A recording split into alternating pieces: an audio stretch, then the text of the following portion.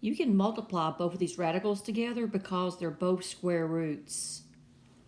So what you do is just keep the square root and multiply what's inside. A squared times a the first, you're multiplying like bases. So you add your exponents and get a cubed. And then b times b squared will be b cubed.